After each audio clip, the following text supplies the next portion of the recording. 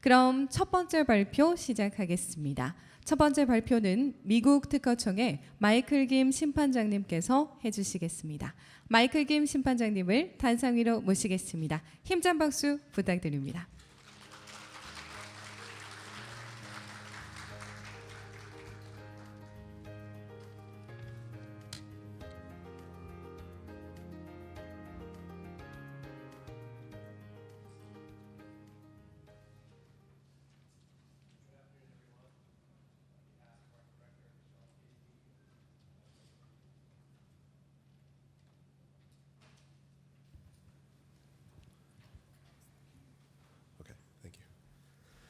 Good afternoon, everyone. On behalf of our director, Michelle K. Lee, and as of 2 days ago, our new Chief Administrative Patent Judge, David Rushke, I would like to thank the Korean Institute for Intellectual Property and Commissioner Choi of the Korean Intellectual Property Office for the invitation and providing the U.S. Patent and Trademark Office the opportunity to speak with you today.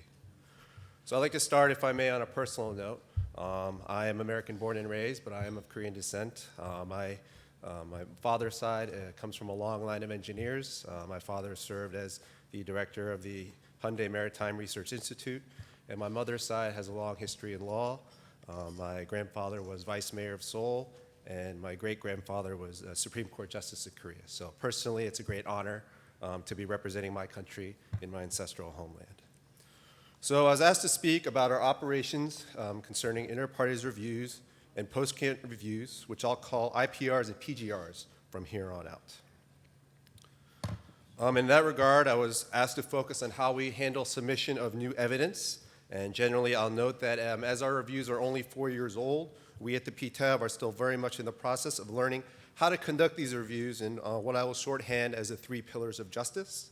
We want the reviews to be timely, we want the reviews to be cost-effective, and most importantly, we want the reviews to be correct. And so to that end, I think a brief discussion of the history of invalidation proceedings in the United States of issued patents would be helpful in understanding how we arrived at what we have today.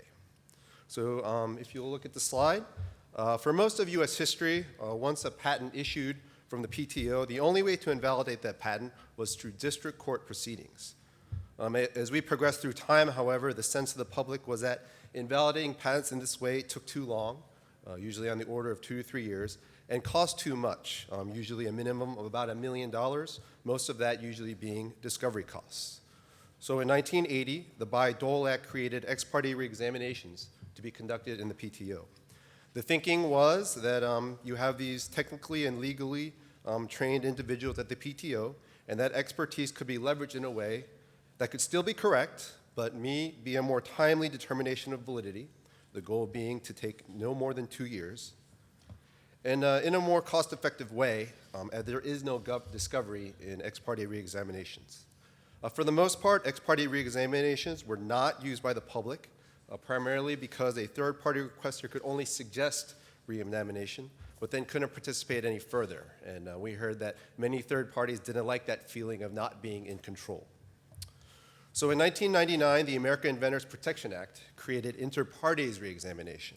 And this allowed more participation by third-party requester.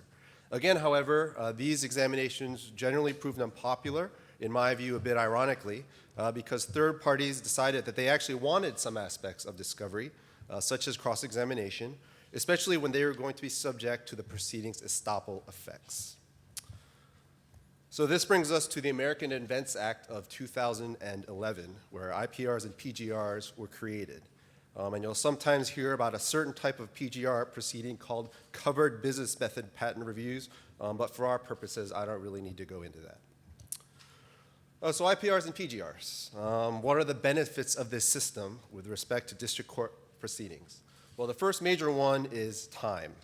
As you can see on this slide, by statute, the entire process from start to end is supposed to take no more than 18 months, so faster than the 2 to 3 years in district court. And the most relevant points on the timeline are the beginning, the filing of the petition, 6 months after the petition is filed, where the PTAB decides whether or not to institute a trial, at 9 months when the patent owner files its response to the petition, and at 12 months when petitioner files its reply, and at 18 months where the PTAB issues a final written decision on all instituted claims. Another benefit is cost. So the PTAB has promulgated rules such as limits on motions and pages to hold down costs to the parties wherever it can, but without sacrificing accuracy. And to address a perceived shortcoming of inter-parties reexaminations, the statute and legislative history gave us express instructions to permit discovery, but also to keep it limited to only that which is necessary in the interest of justice or good cause, depending on the proceeding that it is. Which gets us to evidence, So obviously the whole challenge here is that we're trying to evaluate a large amount of evidence in a short period of time. So what are some things we did to help everyone out here? Well, one thing we did is we required the petitioner to put almost all of their evidence up front in the petition and put the initial burden on them to show us why a trial should be held. So right at the start, we can focus the trial because we know exactly how the petitioner wants to apply the prior art to the claims, and now we can just have a discussion as to whether or not they are correct. And of course, this does not work if petitioner is later allowed to add new evidence and effectively shift the focus of the trial, which would of course consume more time and more resources. So in general, the short answer is we don't allow the petitioner to add new evidence, and most significantly in the replies. And a good discussion of the reasoning as to why, it is in a Federal Circuit case that actually came out just a few weeks ago, and so I apologize for not being listed here, but the case in question is Intelligent Biosystems v. Illumina Cambridge. Now at this point, however, I like to add a very big caveat that we do allow petitioner to add new evidence for things they couldn't reasonably foresee at the time the petition was filed. Most prominently, whether patent owner would rely on evidence of secondary considerations, or if a patent owner decides to file a motion to amend. Probably the best overall discussion for our reasoning for being so restrictive on new evidence in these proceedings can be found by reading this decision from the Federal Circuit, Red Line Detection versus Star Envirotech, which talks about our standards concerning supplemental information. So moving on, I was asked to discuss whether there was a difference in standards of unpatentability applied at the PTAB and in district court proceedings. The short answer is yes, but the difference really is more between an issued patent in a district court proceeding and then really everything else. So for anything else not involving an issued patent in a district court proceeding, a preponderance of evidence standard is used. The primary reasons for that being, one, we don't have an issued patent yet, and or the patent owner has the opportunity or chance to amend the claims. For an issued patent in a district court proceeding, however, the standard for unpatentability is clear and convincing evidence. And the main reason for that is that in an issued patent in a district court proceeding has a presumption of validity conferred on it by statute, and because it is assumed that the PTO has done its job when the patent was issued. So feedback. How are these IPRs and PGRs viewed? Well, like anything, it depends on who you ask. So by the numbers, petitioners largely appear to be in favor of them. As you can see on this chart, before implementation, it was estimated that about 500 IPRs and PGRs we filed annually. But in each of the first 2 fiscal years of these reviews, 3 times as many have been actually filed, and we're on a similar pace for this fiscal year. Patent owners, however, have not been as positive, which I don't think is really surprising, given that there really isn't much upside for them, as really the best possible outcome for them is the status quo. There have been a host of criticisms about IPRs and PGRs by patent owners that are winding their way through the courts. And 1 month ago, the Supreme Court heard arguments in that last case listed on the slide, Cuozzo. A decision there should issue by the end of June. For district court judges, these proceedings are most relevant to them in that they have the option of staying their district court proceeding while the IPRs and PGRs are contemplated by the PTAB. Listed here are some of the benefits of such stays opined on by at least one district court judge. Anecdotally, I have also heard some criticism, mostly related to partial institutions as well as the claim construction standards. Of course, everything we do is reviewed, and IPRs, PGRs can only be reviewed to the Federal Circuit. The legislative history on why that is the case is actually rather thin. So here I have cited HR report number 113-279.